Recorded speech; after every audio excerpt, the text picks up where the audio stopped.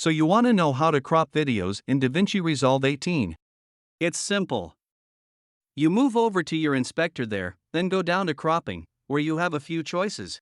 Crop left, crop right, crop top, crop bottom, and here you can play with the softness from the outside. You have another cool option called written image position, which basically means that if you try to move the image around, the crop is going to be fixed, meaning that the crop is not going to move. That's only the image. If I untick that, as you can see, everything going to crop left. Everything you need to know about how to crop videos in DaVinci Resolve 18 is covered in this video.